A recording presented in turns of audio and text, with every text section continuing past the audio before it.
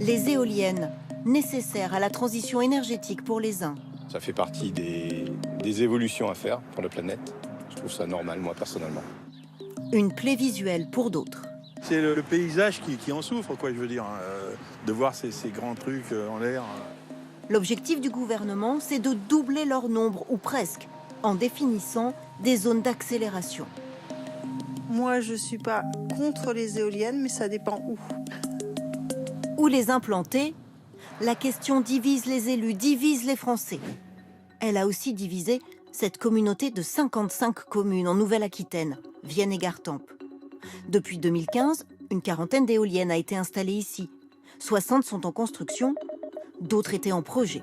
Trop pour certains élus, alors ils ont trouvé une solution. On voit bien qu'il y a eu un emballement depuis le début de 2015. Et là, on a dit stop, stop, on veut prendre le temps en 2020 de construire nous-mêmes et d'aménager notre territoire.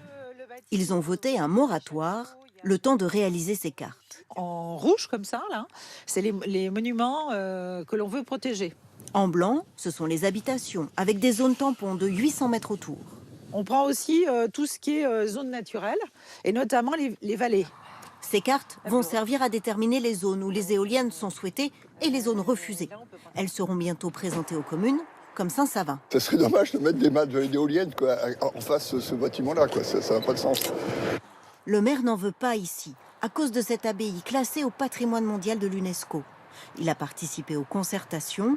Il compte bien être en zone d'exclusion, c'est-à-dire sans éoliennes. Il faut d'abord faire ce travail-là. C'est dire où on veut en mettre, combien, et où surtout on ne veut pas en mettre.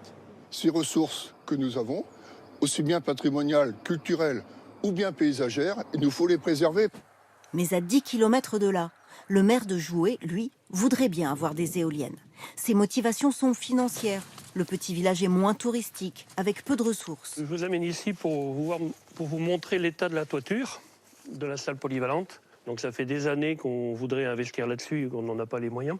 Installer des éoliennes pourrait rapporter 35 000 € par an au village. De quoi réaliser tous les travaux nécessaires. Les discussions entamées il y a 2 ans entre les 55 communes vont bientôt s'achever. Le consensus est proche. Les nouveaux projets pourraient rapidement voir le jour.